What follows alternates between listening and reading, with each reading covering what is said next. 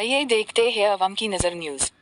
रियासत तेलंगाना के भद्रादी जिला के अलंदू कस्बे से ताल्लुक़ रखने वाले मोहम्मद अब्दुल-आबद मक्का हज के लिए पैदल रवाना।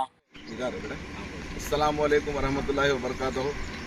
हमारे मोहम्मद आबिद भाई जो इलंदू से पैदल हज के लिए निकले हैं, ये आपका सफ़र करते करते हमारे हुजराबाद पहुँचे हैं। कल क़याम करें हमारे पास हुजराबाद की जामा मस्जिद में, और यहाँ से जो है सो ना अभी ताड़ीकल जा रहे हैं, केशवपट्टनम ताड़ीकल से जो है सो ना रात में क़याम करके कल जो है सो ना करीमनगर जाएंगे।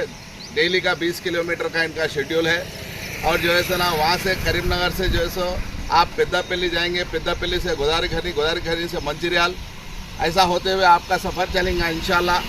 और मैं अदबन हम मेरे जो भी दोस्त अहबाब ये देख रहे हैं, इन सारे लोगों को मैं आप लोगों से गुजारिश कर रहा हूँ कि इनका आप लोग रिसीव करें इनको, क्योंकि ये आप जो है ना बहुत बड़ी हिम्मत और हौसला अफजाई देने का काम है इनको, क्योंकि ये इस्लाम का परचम लहराने के लिए